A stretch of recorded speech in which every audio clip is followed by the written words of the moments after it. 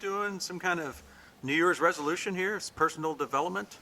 Well, Jeff, you actually caught me. I was studying up on our competition a little bit, and I downloaded their software, and I was playing with it, and they sent me this accompanying book. It's quite the interesting read. That's that free book I hear about. Yeah, well, I'm trying to get my e-meter connected up. But Is that some kind of IoT device or what? I heard they take OT to the next level. Yeah, they actually do. In fact, I was on with my tech support guy. I think his name is Zainu. And he just said I'm not prepared to handle that level of OT. So well, I don't blame him to say that, but I prefer our IT OT. Yeah, I think it's a good idea. Maybe I'll set this aside for later. Anyway, so Jeff, welcome. And we're back for our third installment of Extreme Factory Makeover. And this is season 2, by the way. Glad to be back. I'm Brian Primock. This is my good friend and colleague, Jeff Miller, Director of Smart Manufacturing here at InSource. And if you haven't seen our previous 2 episodes, well, I'll bring you up to speed. Jeff and I have been debating the impact of industry trends, kind of a la ESPN's Pardon the Interruption.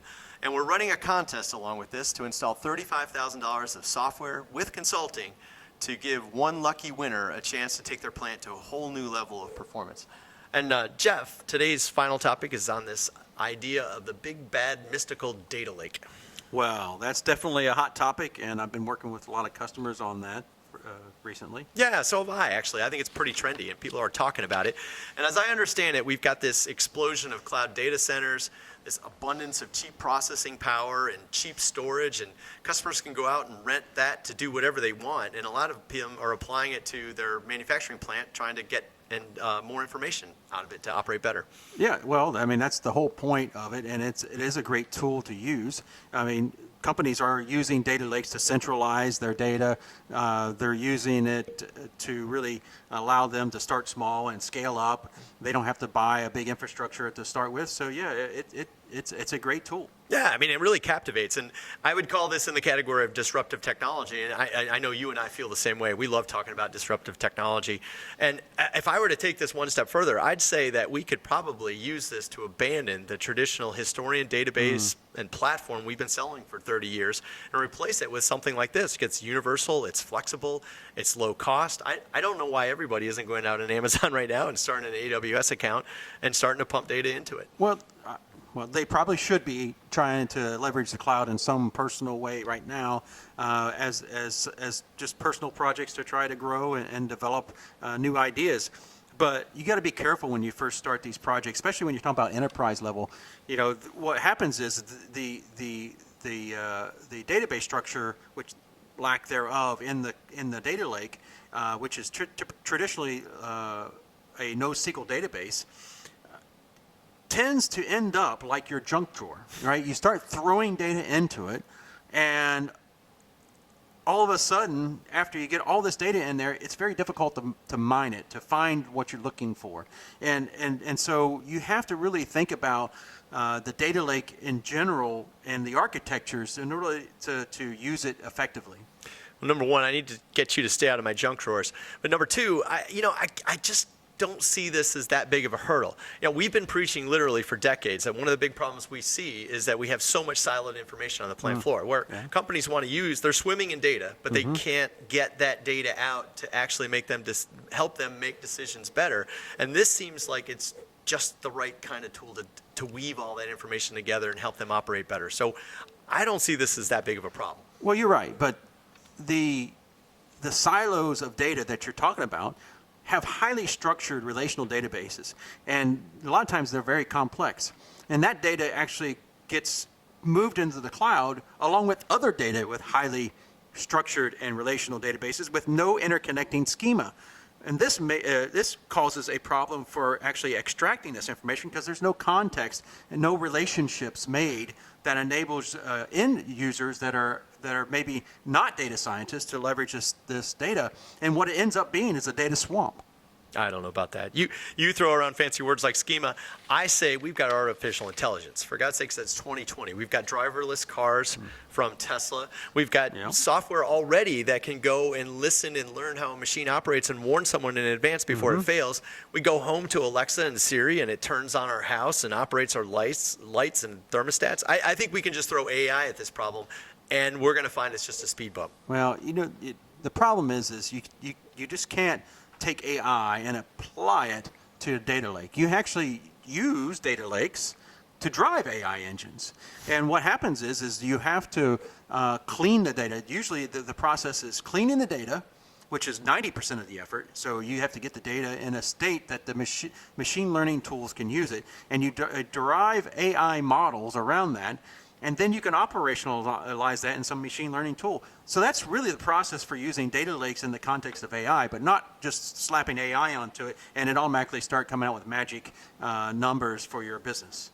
Well, I wish I had you with me when I was in a conference room just a couple of months ago. I had a group of people, plant manager, head of engineering, head of IT, and they were absolutely convinced that they could suck in the data from their PLCs, maintenance management system, MES, even their OEM equipment, and paint a dashboard picture in real time for their plant. In fact, they had me pretty well convinced. But I think what you're saying is that it's not as easy as it sounds. Is that right? That's right. Well, and a lot of what you're responding to or hearing is a lot of the marketing hype, right?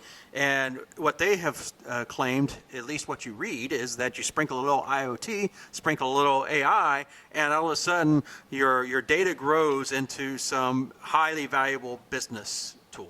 And that's just not how it works. In fact, like I said, mentioned before, you have to not only, once the data is in there, you have to clean it, then you have to contextualize it, then you have to make sure there's no gaps in it, right? So we have a customer today right now that is struggling with their data lake solution because the data that's being sent from the factory floor doesn't always make it there. And 95% of the time is not good enough, especially when you're trying to do time series evaluations. Well, maybe going enterprise is a little bit of a reach and people underestimate it, but I still think cloud is part of our solution. It's definitely in our vernacular. People are adopting it. Is there anything we can do right now that can get us started without having to overcome some of the problems you mentioned? Well, that's perfect entryway into the next topic, which is in-source XO solutions. One of the things that we were trying to solve with in-source XO solutions is making sure that the data gets to the cloud without much infrastructure on premise. And so we focused on things like store and forward technology at the edge so that data then moves to the cloud when it's available, and it's guaranteed, it's deterministic that it gets there. And then we don't have the issues with gapping of the data. And the data is already cleaned, and the data is already contextualized because we own the process for putting it into the cloud and the end environment that it's being used in.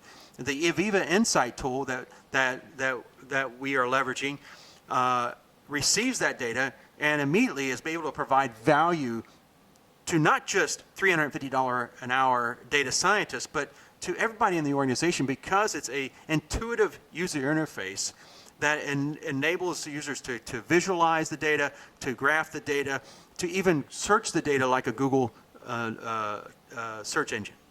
Well, Jeff, as always, you're full of great information. I think I'm going to give you a couple of points in summary. Number one, it sounds like data lakes are out there. They're available, and they show some great potential, but it may take some time to realize that. I think people may be underestimating what it takes to get the data imported, cleaned, et cetera.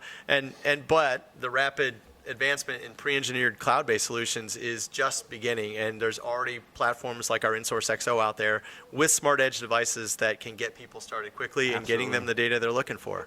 So anyway, I think that brings us to the end of our time today. Thanks for joining us for our final episode. And remember, these webcasts are a part of our Extreme Factory Makeover Season 2. And we are running a contest, season-long contest, for a fully installed in-source XO downtime OEE solution for your plant worth $35,000. All you need to do is go to our website at insource.solutions, grab an official entry form, fill it out, tell us a little bit more about your story, and we're going to select the best one to win the grand prize here in a few months. So, Jeff, thanks again for joining us. Well, thank you. Hey, great. I meant to mention, how's your New Year's resolutions working out this year? Well, you know how the camera adds 10 pounds? Well, I thought that was literal. All right, figurative. And it ends up being literal. Since we started this, I've gained 10 pounds. Nah, I wouldn't have put you a shade over 9. So I'm trying to lose weight this year as my New Year's resolution. Well, keep up with that. So. Yeah, I'm doing well. I've gained only 5 pounds. That's fantastic. How are you doing on your New Year's resolutions? Yeah, I'm trying to get off HR Julie's probation list. Oh, wow. That doesn't sound like it's all that possible. No, I got a pretty thick file, and she's got that evil HR laugh every time I bring it up. In fact, I got to go meet with our president, Ann, right after we get done taping. Hey, while you're in there, since you got that audience, can you ask them for a name title change for me? I'm thinking Director of Super Smart Manufacturing.